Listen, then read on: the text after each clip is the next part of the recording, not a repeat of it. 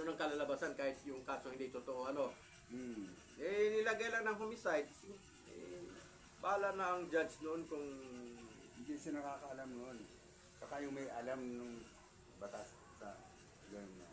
Katulad mo, brother, may alam ka sa batas. Isa kang magkaroon kang o lupong ka o kang attorney. Kakaalam ka ng batas. Kaya mo yung lusutan. Kasi may alam ka sa batas. Dating sa kaso-kaso. Okay. Eh kung ako naman may alam bakit hihingi pa ako sa iyong advice.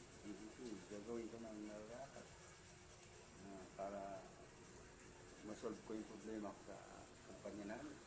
Noon pa, hindi na nakagalaw, hindi sila nakagalaw na umalis.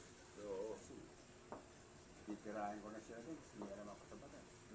Alam ako sa gano'n na sitwasyon na pagdating sa kaso na may alam ako. Pero, bagamat may alam ako sa batas, Brother Edwin, eh, gusto ko nga din na magpadaya at magparaya at magpasa Diyos. Ngayon, gusto kong ikaw tanungin, anong masasabi mo na magpadaya, magparaya at magpasa Diyos? Paraya ka na lang. Paraya na lang. Kasi kung wala naman talaga yung bayad sila, paraya ka na. Kaya iniisip namin, yung grupo namin, bakit? Ako, hindi kayo. Yung sa akin, sinasabi ko sa iyo. O kaya sa amin naman, kung Yung sa iyo naman, ako papalaya, iwan ko sa mga kasamahan ko kung gano'n ang iniisip nila. Kung nakakaano sila sa malapit, na may Diyos na maghuhukom. maghuhukom na. Kasi yung mga kasamahan ko, mga Katoliko yan, mga ano, Hindi yun, hindi papayag. Mga Katoliko, no, hindi papayag. Laban kung laban. saka yung nakakaalam sa batas ng malapit, yung batas ng malapit, may doktrina sila, kung anong mali tama. May alam ka sa mga pinagbabawal ng malapit. Ako, paparaya pa, dahil alam ko kung ano ng malapit. May guide ng malapit. Sabi mga brother, magparaya ka na lang, magparaya ka. Paparaya na lang, kahit kung walang babae. O kasi merong mga aral, may turo na ang isang mali ay huwag kang gumawa din ng isa pang karagdagang mali sa iyong kapwa. Bayaan mo na lang sila. Pabayaan na lang. Yan ang turo ng... Yun ang turo Oh. sa Iglesia ni Cristo.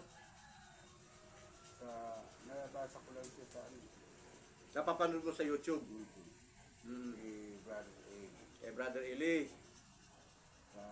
hindi naman yung tamang palatuntulan ng tamang. Oo. Tamang palatuntulan pala nila. Programa. Church of Christ. Church of Church of Christ. Brother Eli. Oo, si Brother Eli. Church of Christ. Ikaw naman, Church is Iglesia. Iglesia ni Cristo. Siya naman, Church of God. Alin ang mas maganda? Church of... Tinitimbang-timbang. Kumukuha ako ng kahit ni Brother Eli. Kumukuha rin ako ng... No, kaya nga, tinatanong kita, kay Brother Eli, Church of God. Sa Iglesia ni Cristo, Church of Christ. Alin ang mas maganda? Church of God o Church of Christ? Kasi yung Church of Christ, ni Brother Eli. Wala. Kay Brother Eli, Church of God. No.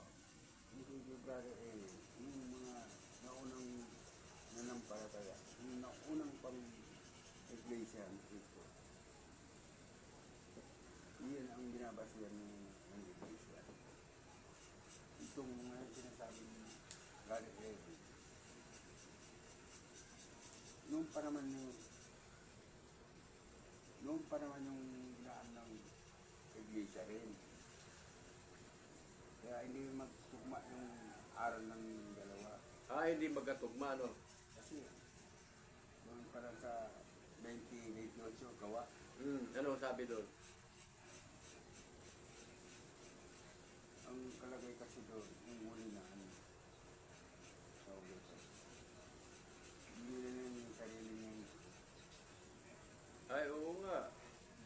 niya ang sarili niyang dugo upang tutubusin ang kasalanan ng sangkatauhan.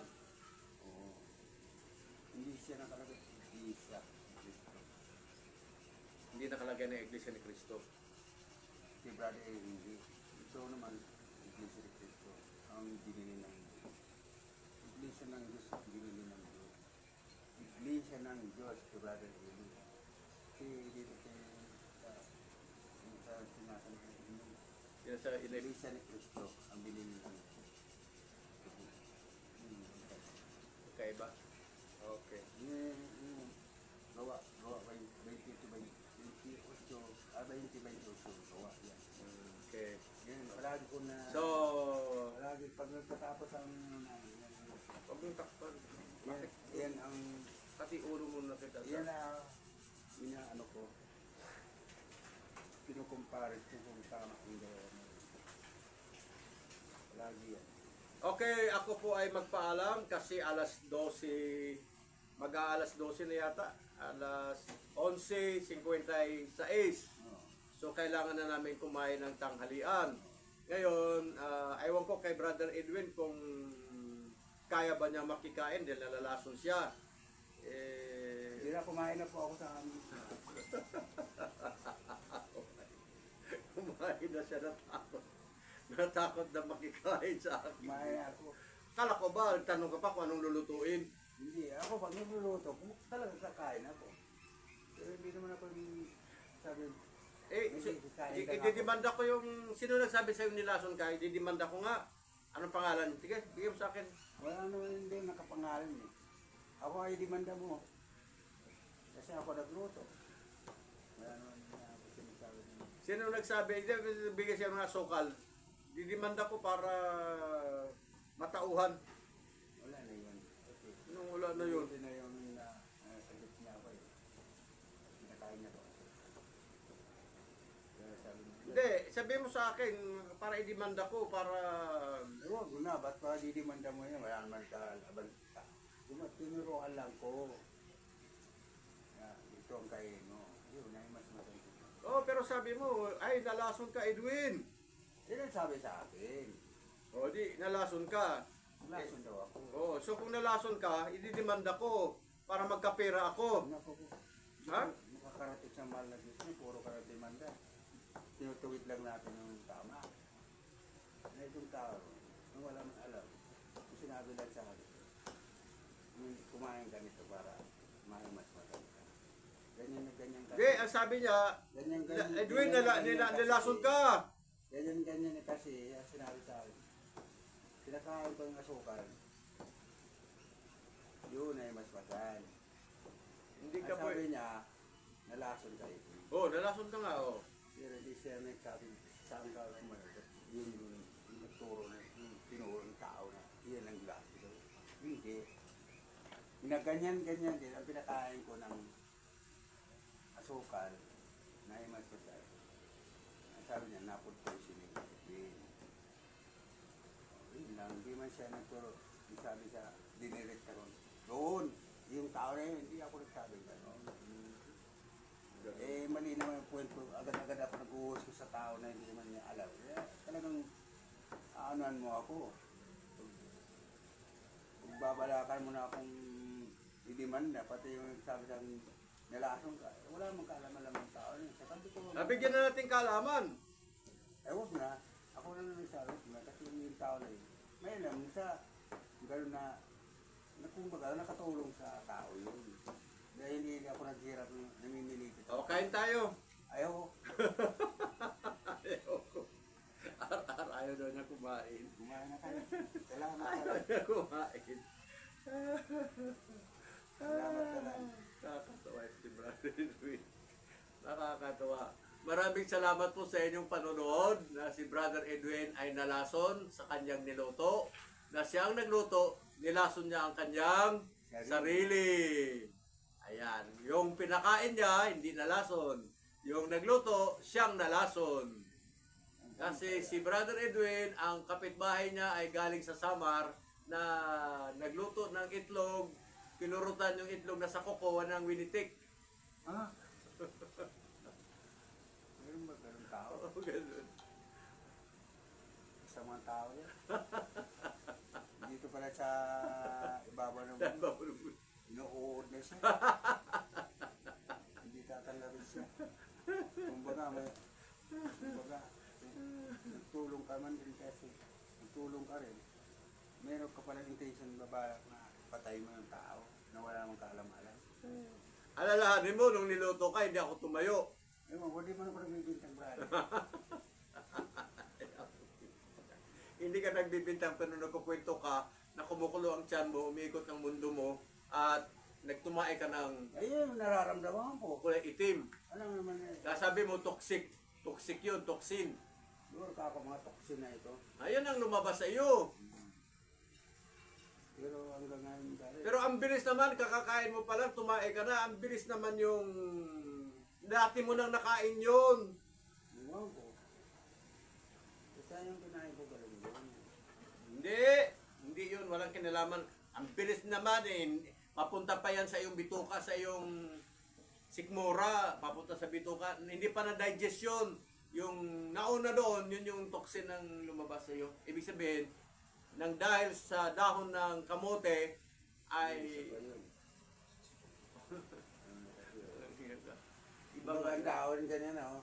Ang dahon yan, oh. Ganyan dahon na yun. Nakita mo yung dahon na yun?